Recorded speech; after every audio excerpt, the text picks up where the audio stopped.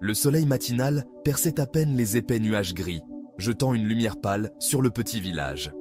Une jeune femme s'éveilla au son de la pluie tambourinant contre sa fenêtre, un rythme qui faisait écho à l'inquiétude dans son cœur. Sa vie, autrefois remplie de rêves éclatants, s'était transformée en une succession d'épreuves qui semblaient s'accumuler jour après jour. Les cultures dans les champs de sa famille dépérissaient, le toit de leur modeste maison fuyait, et le poids des responsabilités pesait lourdement sur ses épaules. Pourtant, au fond d'elle, brûlait une détermination silencieuse, une étincelle qui refusait de s'éteindre. Elle se leva, ses gestes mesurés, et entama sa journée. Les champs réclamaient en des soins, malgré la pluie incessante. En sortant, la boue collait à ses bottes. Chaque pas était un combat contre la résistance de la terre. Les cultures, source de vie pour sa famille, ployaient sous le déluge. Elle aurait pu céder au désespoir, laisser la vue des tiges affaissées écraser son esprit. Au lieu de cela, elle s'agenouilla près d'elle, ses mains soulevant délicatement les feuilles, cherchant un signe de résilience.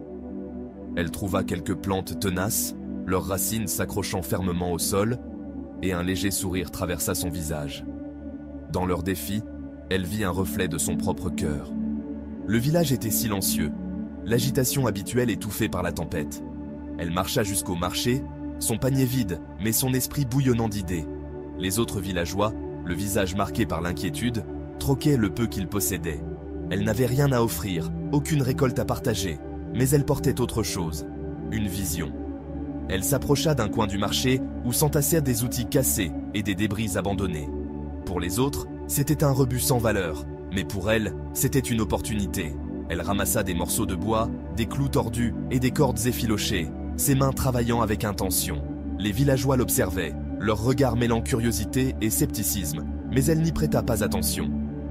Son objectif était clair, créer à partir de rien.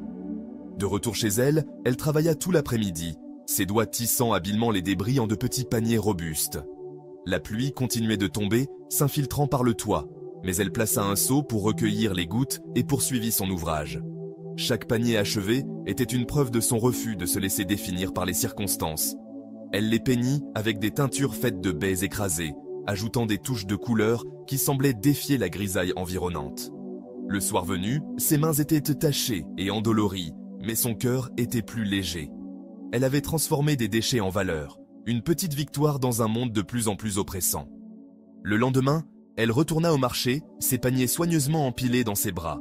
Les villageois, encore épuisés par les ravages de la tempête, s'arrêtèrent pour regarder.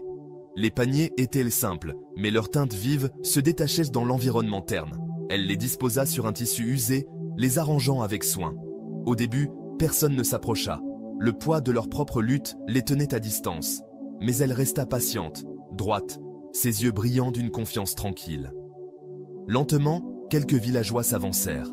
Ils touchèrent dans les paniers, émerveillés par leur solidité et le soin tissé dans chacun.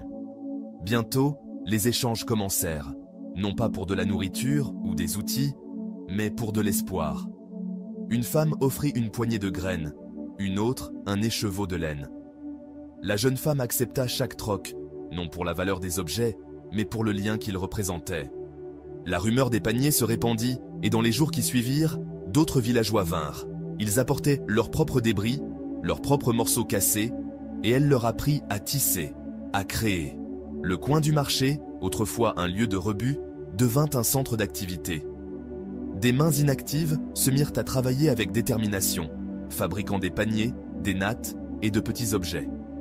La pluie tombait toujours, les cultures peinaient encore, mais le village commença à vibrer d'une nouvelle énergie. La jeune femme se déplaçait parmi eux, sa présence agissant comme un catalyseur discret. Elle parlait peu, mais ses actions étaient un langage à elle seule, incitant les autres à voir au-delà de la tempête. Au fil des semaines, le village se transforma. Les paniers devinrent un symbole, non seulement de survie, mais de possibilité. Ils furent transportés vers des marchés lointains où leurs couleurs attiraient les regards des étrangers. La famille de la jeune femme, autrefois au bord de l'effondrement, trouva une stabilité. Les graines qu'elle avait reçues furent plantées dans de petits lopins abrités, soignés avec attention. Certaines germèrent, leurs pointes vertes promettant des jours meilleurs. Le toit fut réparé, non avec de la richesse, mais grâce à l'effort collectif des voisins qui avaient appris à valoriser ce qu'ils possédaient. Le cœur de la jeune femme, cependant, fut sa plus belle création. Là où d'autres voyèrent l'échec, elle voyait une opportunité. Là où d'autres voyèrent la perte, elle voyait des leçons. Elle comprit que les tempêtes de la vie n'étaient pas seulement des obstacles, mais des invitations à grandir, à s'adapter, à créer. Elle trouva de la joie dans les petites victoires, le poids d'un panier terminé, la chaleur d'un sourire partagé, la vue d'une seule graine germant. Ces moments, bien que fugaces, la nourrissaient. Ils lui apprirent que la positivité n'était pas l'absence de difficultés, mais le courage de trouver de la lumière dans les coins les plus sombres. Le village apprit aussi cette leçon.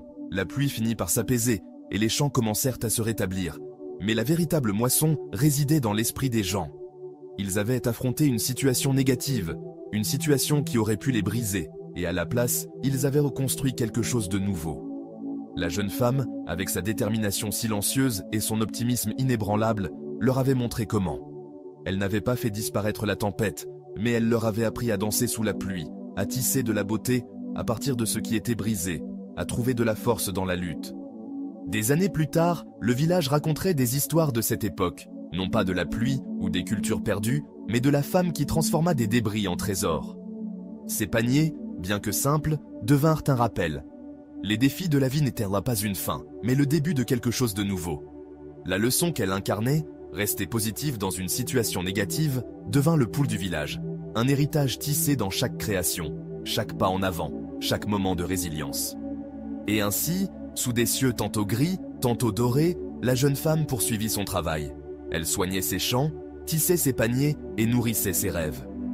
Le monde autour d'elle était imparfait, souvent cruel, mais elle l'affrontait avec un cœur qui refusait de s'éteindre.